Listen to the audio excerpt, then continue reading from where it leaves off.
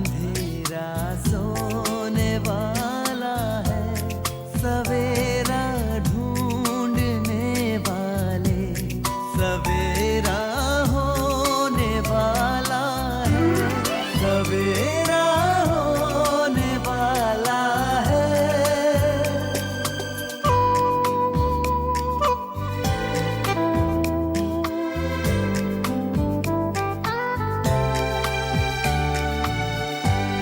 खुशी छलकाएंगी किरणें, खुशी बरसाएंगी किरणें, तेरे गम की सियाही को उजाला धोने वाला है, सवेरा होने वाला है, सवेरा।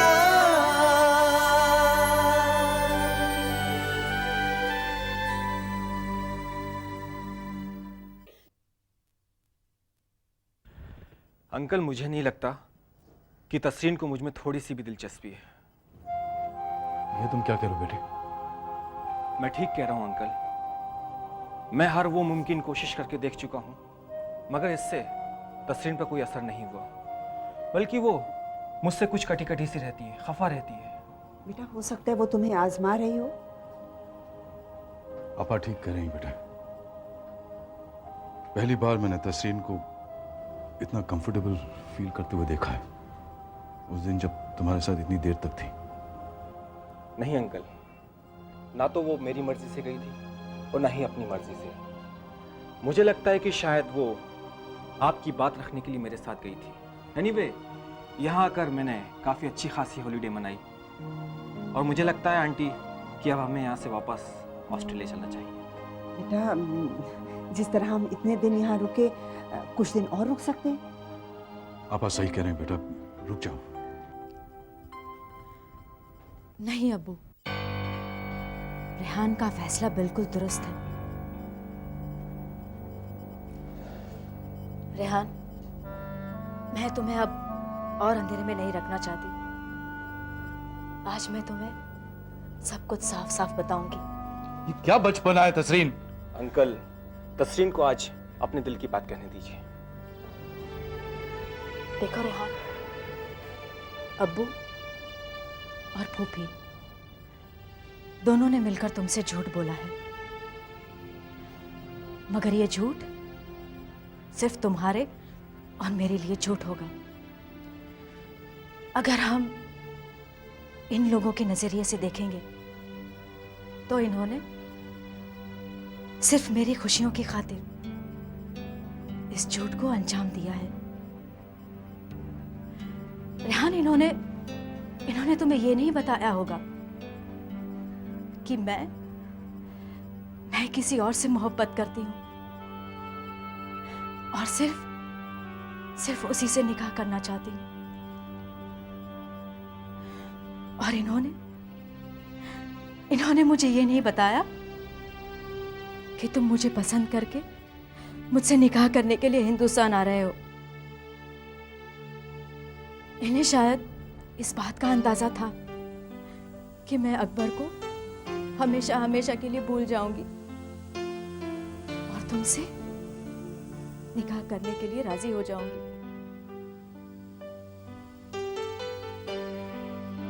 मगर मैं चाहकर भी ऐसा नहीं कर सकती, नहीं कर सकती मैं, क्योंकि मैं अकबर से बेइंतहा मोहब्बत करती हूँ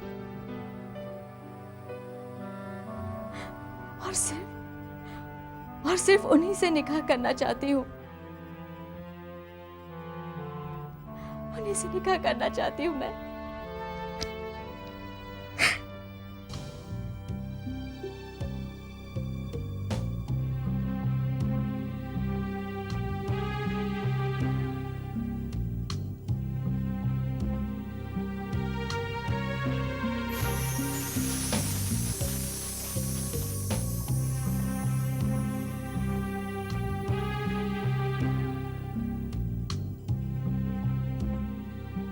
आपने मुझे बुलाया था, मैं हाजिर हो गई। आओ।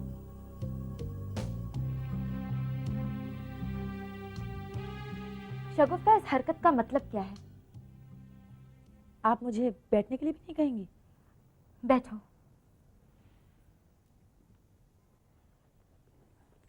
अब मेरे सवाल का जवाब दो। शगुफ्ता, मैंने तुमसे इस सिलसिले में तब बात की थी जब मैं बहुत परेशान थी, मगर उस वक्त तुमने इनकार कर दिया। फिर इस खबर को तुमने प्रेस में ऐलान क्यों किया? उस वक्त मैं आपको क्या बताती? मुझे खुद नहीं पता था कि सच क्या है और झूठ क्या है। अभी हाल ही में मुझे अपनी मरहूम अम्मी के हाथों लिखी एक डायरी मिली, जिसके जरिए मुझे ये मालूम हुआ कि मैं अफजल खान की बेटी हूँ। वो डायरी कहाँ है? मुझे चाहिए वो डायरी। वो डायरी मैंने गुस्से और फ्रस्ट्रेशन में आकर जला दी। What? जला दी? और मैं क्या करती, आप खुद ही सोच कर देखिए। एक नौजवान लड़की को अचानक ये मालूम होता है कि उसका बाप कोई और है। बचपन से लेकर जवानी तक मैं किसी और को ही अपना वालिद मानकर चल रही थी, और अचानक मुझे ये मालूम हुआ कि मैं किसी और की बेटी हूँ, और वो भी नाजायज। सोचिए मेरी ज़हनी हालत क्या होगी। उसी जुनून और गुस्से में मैंने वो डायरी जला दी, और मैं क्या करती? उसे देख देख कर कुड़ती रहती मैं।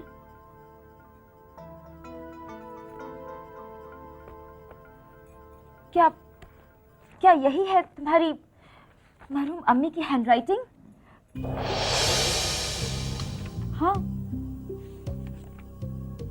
हाँ, ये उन्हीं की हैंडराइटिंग है। और ये डायरी भी उसी तरह है। वही हैंडराइटिंग, वही बातें। शगुफ्ता, मेरी बात कान खोलकर सुन लो। अगर तुमने ये बात महज अपनी पब्लिसिटी कराने की नीयत से दी है तो मुझे कोई एतराज नहीं है। तुम अपना फायदा देखो और खूब काम करो, मगर एक बात ध्यान में रखना, मेरे शौहर की जायदाद में से तुम्हें कुछ भी नहीं मिलेगा। तुम्हें मेरी बात तो समझ में आ गई होगी शगुफ्ता। बेहतर यही होगा कि तुम अपने जहन से इस लालच को निकाल दो। फायदा तुम्हारा ही है, क्योंकि मैं तुम्हारे मकसद को कामयाब नहीं होने दूंगी।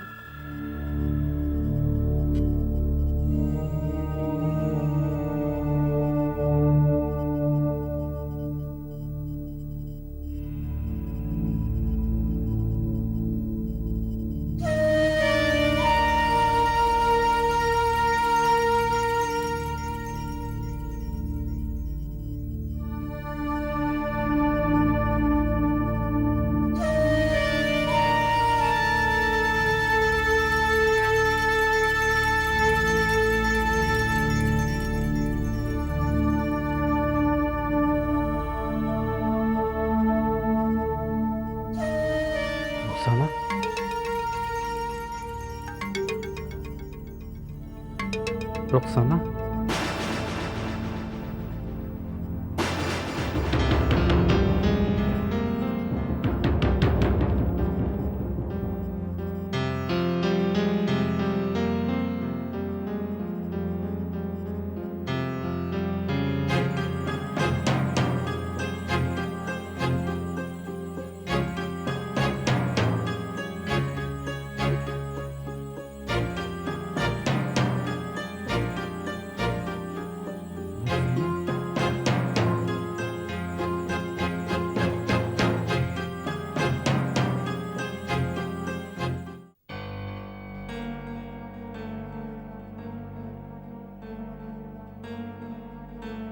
या अल्लाह, या खुदा, आप ठीक हो गए। मुझे तो यकीन ही नहीं हो रहा, मुझे यकीन ही नहीं हो रहा। आप सच में ठीक हो गए। मुझे क्या हो गया था? आप जब आपको पता चला कि आपकी एक नाजायज बेटी है और आपके गुनाह का राज दुनिया वालों को पता चलने वाला है, तो आप ये सदमा बर्दाश्त नहीं कर पाए और आप कोमा में चले गए। अब्बू आप ठीक हो गए?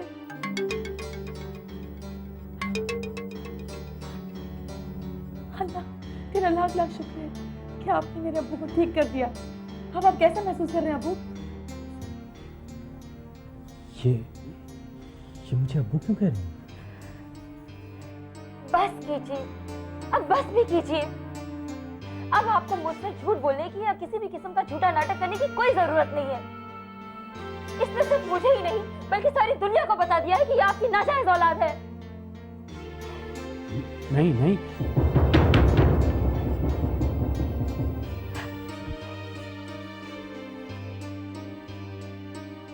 ये लीजिए।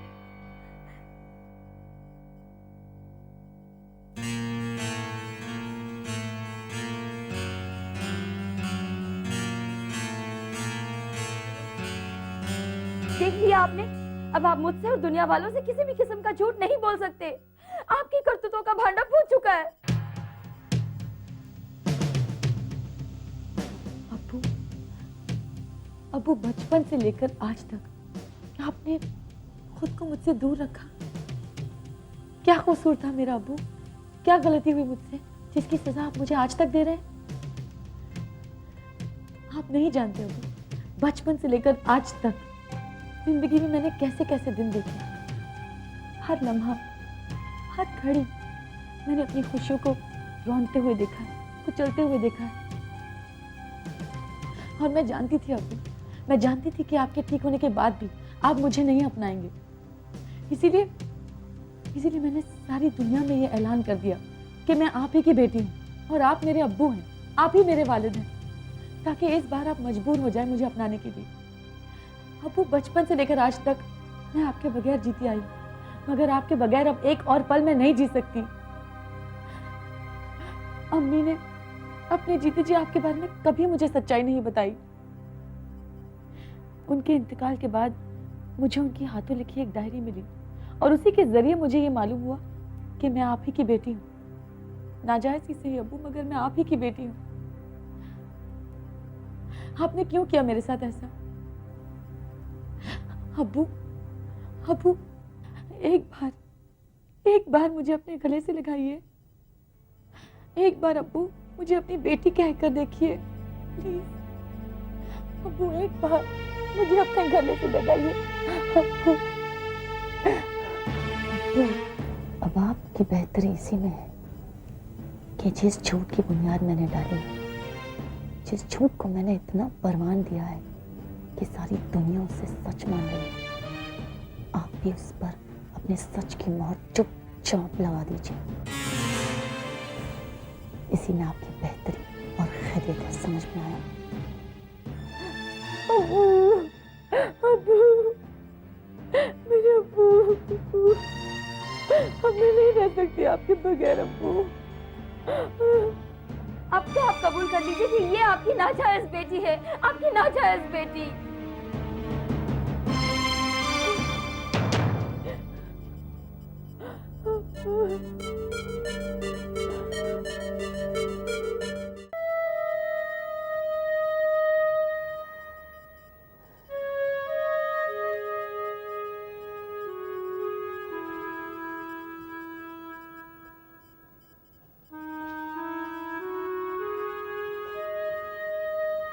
क्या बात है आपा?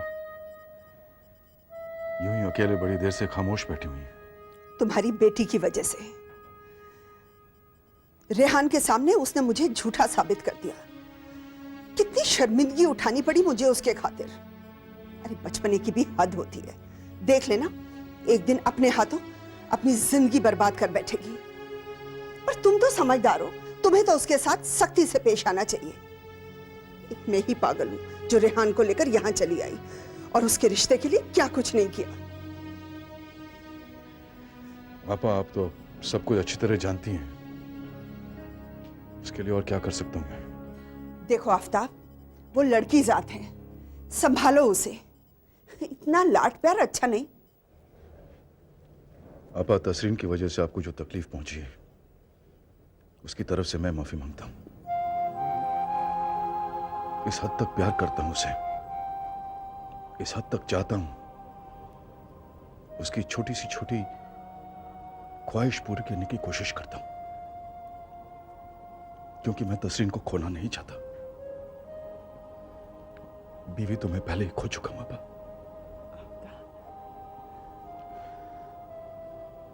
उसे जीते जी मैं कोई खुशी नहीं दे पाया। हर वक्त, हर पल, हर लम्हा वो मेरे प्यार के लिए तड़पती रही और मैं अपने कारोबार में इस कदर मसरूफ था कि उसकी बीमारी की तरफ ध्यान ही नहीं दे पाया मैं।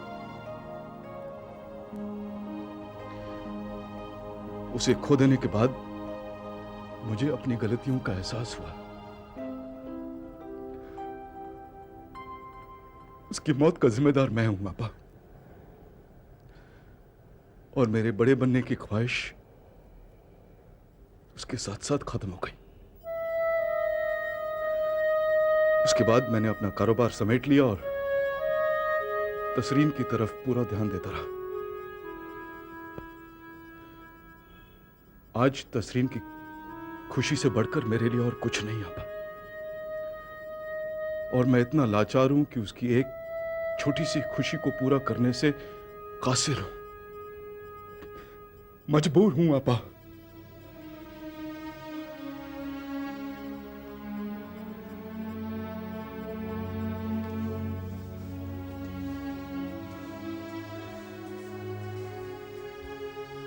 हामिद, नींद आ रही है? सोना चाहते हैं आप? नहीं, क्या बात है? कोई बात करनी क्या? हाँ, एक बहुत ही अहम बात है जिसके बारे में बात करके मैं कुछ अहम फैसले करना चाहती हूँ। कैसी बात है? कैसा फैसला? हामिद, देखिए, ये जो गुफ्तगू मैं करने जा रही हूँ, इसके बारे में बहुत गहराई से सोचकर, समझकर, उसके हर पहलू पर गौर करके मैं इस फैसले पर पहुंची हूँ। ये तुम क्या बात कर रही हो? पहले मत बुझाओ, साफ से बताओ कैसा फैसला करना किया है तुमने? हामिद, मैं समझती हूँ कि अब आपको दूसरा निकाह कर लेना चाहिए। शबाना, तुम ये क्या बचकानी बातें कर रही हो? ये कोई बचकानी बात नहीं है हामिद। मैं अपनी खुशी से आपको इस बात की इजाजत दे रही हूँ। औलाद की खातिर मैं न सिर्फ आपको दूसरी शादी करने की इजाजत देती हूँ, बल्कि ये वादा भी करती हूँ कि मैं उसे हंसते हंसते कबूल कर लूंगी। शबाना, मैं तुमसे पहले भी कह चुका हूं कि तुम ये ख्याल अपने जहन से निकाल दो। पहले जब तुमने ये बात कही थी तो मुझे लगा तुम जज्बाती होकर कह रही हो, लेकिन आज अचानक इस तरह संजीदगी से तुम फिर वही बात दोहरा रही हो। तुम ऐसा सोच भी कैसे सकती हो शबाना? मैं ऐसा हरगिज़ नहीं करूंगा। हामिद, आप क्यों मेरी खातिर अपने अरमानों का गला घोट रहे हैं? आप बखूबी जानते हैं कि मैं आपको औलाद की खुशी कभी नहीं दे सकती। फिर क्यों आप अपनी ख्वाहिशों को कुचल रहे हैं? क्यों हामिद, आखिर क्यों? शबाना, हमने पहले प्यार किया, मोहब्बत की, बगैर किसी शर्त के, बगैर किसी लालच के। उसके बाद हमने शादी की थी। अब तुम ही बताओ, तुम्हें बीच रास्ते में छोड़कर मैं ये कैसे कर सकता हूं? ये कैसे हो सकता है? महज इसलिए कि तुम वो बात नहीं कर सकती जो तुम्हारे इख्तियार में नहीं, जो मेरे इख्तियार में नहीं। हामिद, आप मेरी बात समझने की कोशिश क्यों नहीं कर रहे हैं? हमारे पास इसके अलावा और कोई रास्ता नहीं है। रास्ता है शबाना, तुम्ही ने तो बताया था वो सरोगेट मदर के बारे में। हामिद, मुझे नहीं लगता कि मैं अब कभी भी कंसीव कर पाऊंगी। और फिर हामिद, महज इस इंतजार में हम अपनी पूरी जिंदगी तो नहीं गुजार सकते ना। एक बार, सिर्फ एक बार आप मेरे नजरिए से सोचिए। आज नहीं तो कल हमें इसी फैसले को अपनाना होगा। तो बेहतर है ना, जो कल होना हो उसे आज ही अपना लिया जाए। और फिर हमें इस दुनिया में दूसरी शादी करने वाले आप कोई अकेले मर्द तो है नहीं।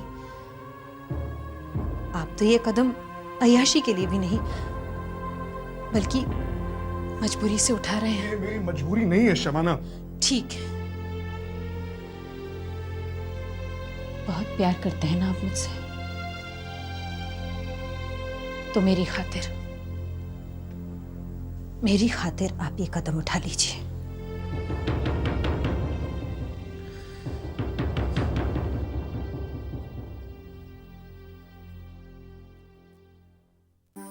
समय